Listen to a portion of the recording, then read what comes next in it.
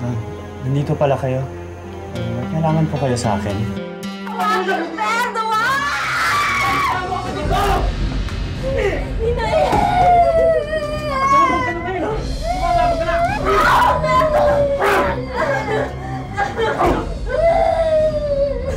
Binabawan ni Nia yung tago ng pesa yun. Dahil yun ay para sa amin, hindi para sa mamabahay nyo, pagsusukin nyo! Gusto mo ang buto mo ha!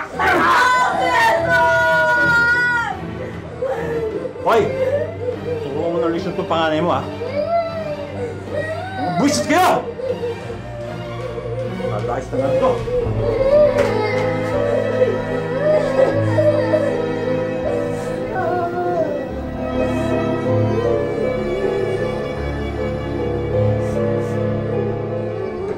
Oo, may tatanong ako sa'yo. Nakita mo ba sa kotse yung reading glasses ko? Ay, opo. Naiwan niyo po kaya nilagay ko sa my glove compartment. Gusto niyo kung kunin ko ba? Pag nakuha mo, pakidala lang sa den. Opo. Nakita mo ba yung asawa ko? Kanina ko pa siya hinahanap eh. Hindi rin po.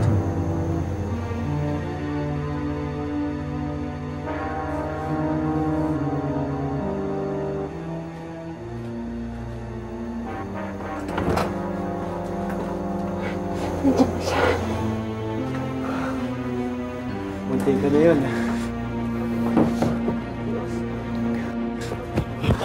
Sinabi ko! Magbantay ka! Anong ginagawa mo? Pinigilan ko naman po eh. Ano? Pero ano? Nakakabwisit kang babae ka? Mabuti na lang nadinig namin yung boses ng sir mo.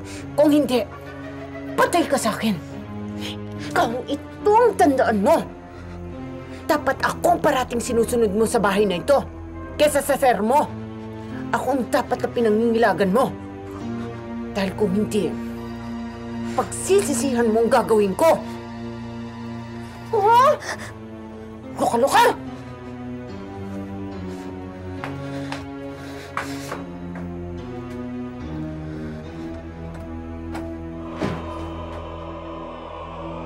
Gusto mo pakiramdam niyo? Okay lang ako.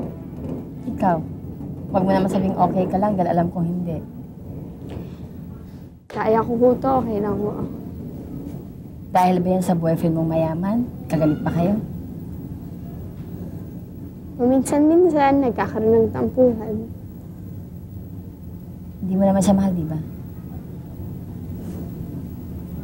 Ewan ko. Basta alam ko, kailangan ko siya. Larissa, anak. Hindi pa huli ang lahat. Natatakot ako sa ginagawa mo. Tigilan mo na yan. Baka masaktan ka. Pero mamo, hindi naman ganun kadali yung bigla na lang ikaw susuko eh. Isa pwedeng mawala sa akin. Dahil pakiramdam ko, siya lang yung nag-iisang pag-asa ko para makaalis tayo sa bulok na lugar na to. Siya na lang. Larissa, tigilan mo na yung pasyadong mataas ang ambisyon. Baka yan ikabagsak mo eh.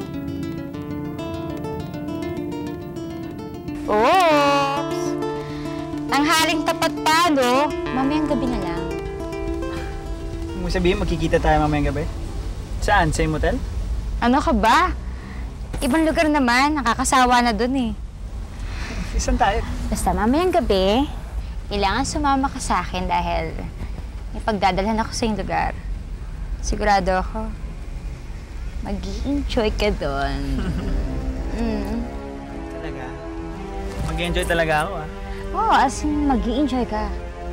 Saka maganda doon, marami kang sekreto matutuklasan. Na doon mo na malalaman, kaya kailangan sumama ka talaga. Ano, fight ka ba? Fight?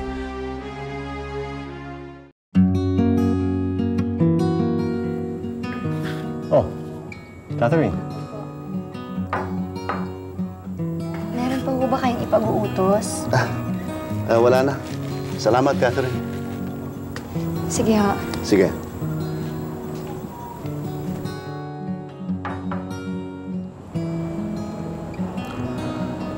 Napakaamo ng mukha ng batang yun. Talaga. Napakabait. Kaya hanggang ng loob ko sa batang yan eh. Siya nga pala. Di ba may sinabi ka sa akin na may anak kang babae? Hindi mo na tinapos yung story yun, ah. Ano ba nangyari doon? I hope you don't mind my asking. No. I don't mind. Siguro sabihin na lang natin na nagkarelasyon ako sa isang babae na hindi ko pwedeng panagutan. Dahil alam naman, committed na ako kay Vanessa. Inadapt ko yung bata, but I had to leave for the States dahil may sakit ang mother ko. Nung bumalik ako, ano siya? Hindi na kami nagkita. Eh, bakit hindi mo ipa-investigate kung ano nangyari? Ginawa ko na yun, wala rin nangyari. Marami na akong agency pinuntahan.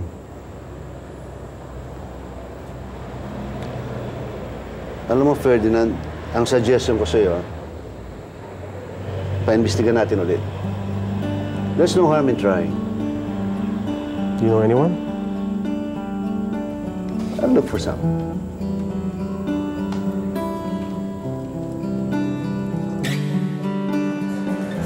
Kuya, sama ako. Bakit, Ninay? Dito ako na lang. Sama na lang po ako. Ninay, pupunta lang ako dyan sa tindahan. Bibili lang ako ng bigas. Sama ako. Natatakot ako kay tatay. Ninay, huwag kang mag-alala. Hindi naman ako papayag na saktan ko ulit ng tatay. Paano kung pumasok ka na sa trabaho? Sino magbabantay sa akin dito? O kaya, ayoko na dito, kuya. Palisin na lang natin si tatay. O kaya tayo na lang ang umalis nila nanay. Ninay, hindi pwede. Tatay pa rin natin siya. Tsaka mahal siya ng nanay.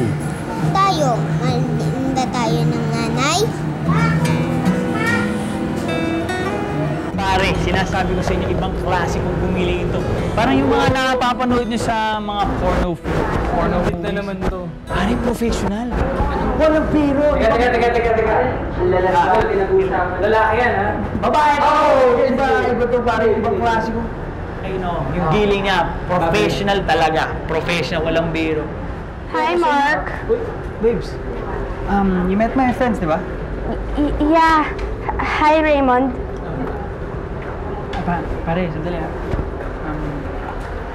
Hi babes, may kailangan ka ba? Wala naman. Mark? Can we go out tonight? Watch movie, kain tayo sa labas. Kahit late na umuwi, kasi si mommy at si daddy may party sa house. Pwede ang tumakas. Mamaya, pagod kasi ako eh. Mark, bakit parang wala ka ng time para sa akin? Hindi mo na ba ako love? Siyempre love naman kita. Dapat nga ako yung magtampo sa'yo kasi parang nafe-feel ko na hindi mo na ako love. Sus? Sige na, magde-date tayo mamayang gabi, okay? Ano kasi, hindi talaga pwede. Kapag sabi na ako sa pinsan ko, gusto mo next time na lang babawi ako. Okay lang yan. Promise.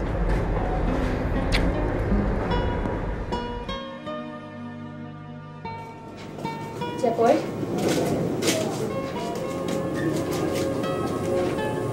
Galit ka ba sa akin? Hindi yun eh. Nagtatampo lang. Naintindihan mo naman siguro yung sitwasyon ko. Mahal ko ang tatay mo. Oo na, naiintindihan ko. Tsaka matagal ko na alam yun. Pero yung susulpot ang tatay at makawala, tinitiis ko na lang yun para sa inyo. Pero ako lang yung nagtitiis nun tsaka nasasaktan. Ngayon, nandiyan na si Ninay. Hindi na siguro ako papayag na masira buhay niya dahil din kay tatay. Yung nangyari nung isang gabi, kausapin ko yung tatay mo na huwag na niyang pagbuhatan muli ng kamay si Ninay. Jepoy, pangako yun. Nay, narinig ko na yung pangakong yan eh. Ako pa rin yung binububog lagi ni tatay. Tapos, pinangakuan niyo na kahit kailan, hindi na mauulit. May nagbago ba?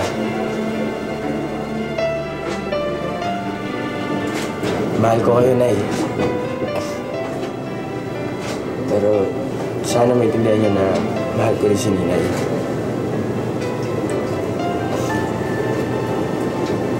Sana huwag na dumating yung panahon na kailangan ko pa mamili sa inyong dalawa ng kapatid ko.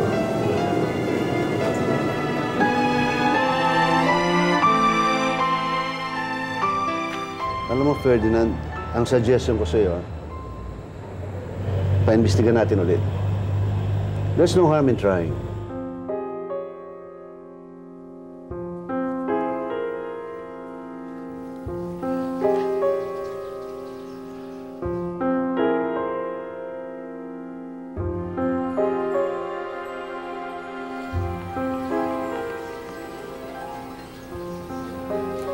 Hello. May I speak to Mr. Tuason, please?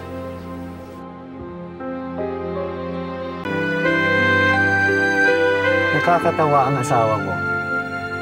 Binigyan ka niya ng driver just to make sure na you're not cheating on him. Ang hindi niya alam, yung mismong driver ang lover mo. Kilala kasi ako ng asawa ko. Alam niya na hindi ako papatol sa isang driver lang. Ah, hindi katulad ng anak mo. Anong ibig mong sabihin?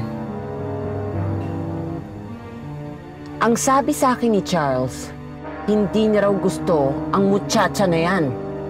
Naniwala ka naman.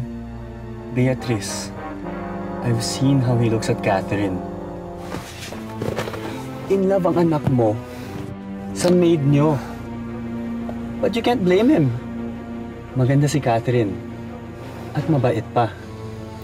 Pero isa pa rin siyang katulong at wala siyang karapatan sa anak ko. Eh anong gagawin mo kung may in love si Charles kay Catherine?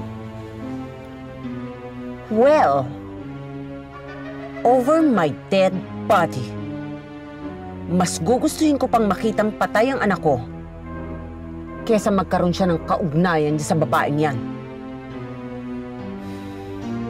Cathy?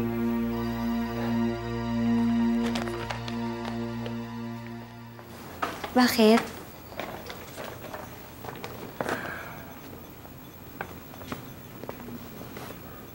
Ano to? Yun yung lyrics ng kanta.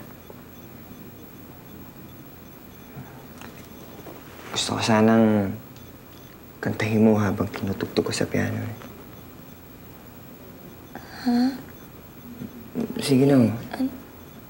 Ano kasi? Sige na, gusto ko lang makita kung bagay. Please. Sige, susubukan. Okay.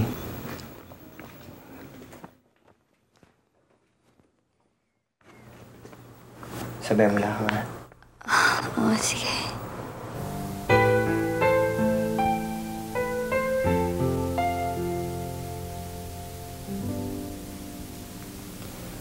Sa bawat ikot ng ating buhay, may oras kailangan hiwalay.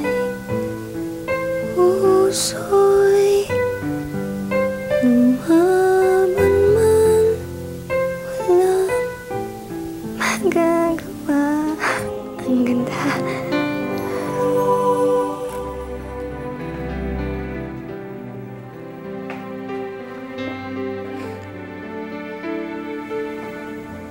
Maganda din kasi yung inspirasyon ko, eh.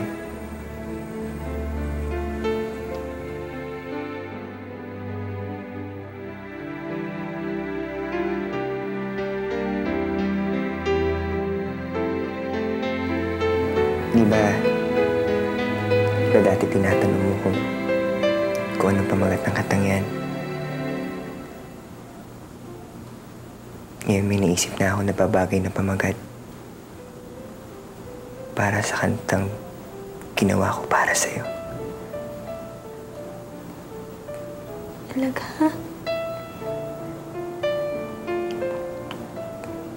Ano?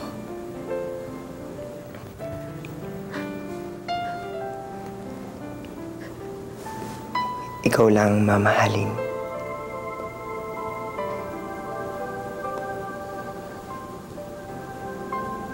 Charles.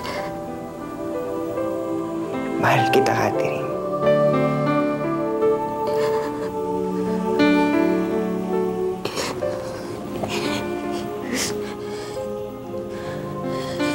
Hindi ako nababagay sa'yo. Hindi ako nararapat sa'yo.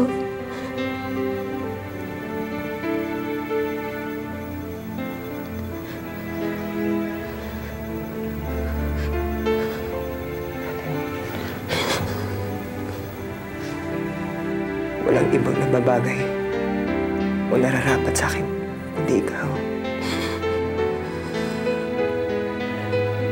Dahil ikaw ang laman. Dahil ikaw ang laman itong puso ko.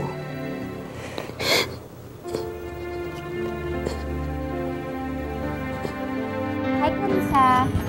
Ready ka na ba para mamaya? Huwag mo sabihin hinihintay mo ko at sinusundo mo ko. Alam ko naman kung anong oras sa umpisa ng trabaho ko. Hi, po. Yan ang gustong-gusto ko sa'yo. Attitude ka talaga eh. Parang ang taas-taas mo. Alam ba, sarap-sarap ng tirising pabaksak sa lupa? Para naman medyo makasama ka naman namin dito. Hindi mo ba yung pakiramdam na nandito ka? Pasensya ka na ha. Wala kasi akong oras ko usapin ka. Uy, teka lang. Huwag ka naman masyado excited. Bakit hindi ka mag-foundation? O mag-lipstick lang. Parang mamaya kung sakaling may makasalubong ka o may makita ka. Hindi ka naman namumutla. Hindi masyadong halatang taranta ang beauty mo. Gina, kung ipapain mo na naman ako sa mga customer mo, sorry. Pero hindi na ako papatol. Ay, oo nga pala. Sorry, rich ka na nga pala. May boyfriend ka palang mayaman, no? Sorry na. Okay. Huwag mo kong uumpisa mo, Gina. Hindi, huwag ka mag-alala. Maganda ang mood ko ngayon. Mabait ako ngayon. Masalamat ka. Kasi feeling ko mamaya, may mangyayaring maganda eh. Magkaiba. Kaya, wait and see.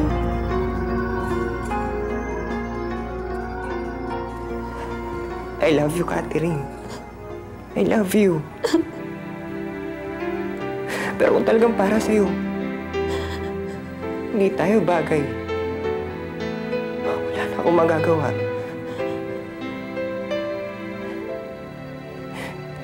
If you want me to leave you alone, I'll do it. Huwag ko lang makikitang umiiyak ka. Nahihirapan. Dahil nasasaktan ako.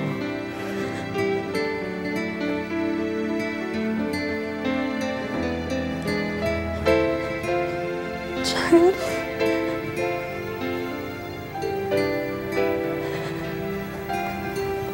Lalo akong mahihirapan. Lalo akong mahihirapan kung hindi ko sasabihin sa'yo yung nararamdaman ko.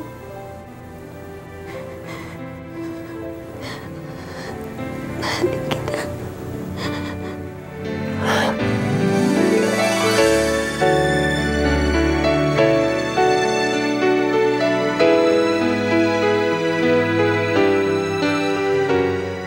Ano? Nagka-eksena ba kayo ni Gina?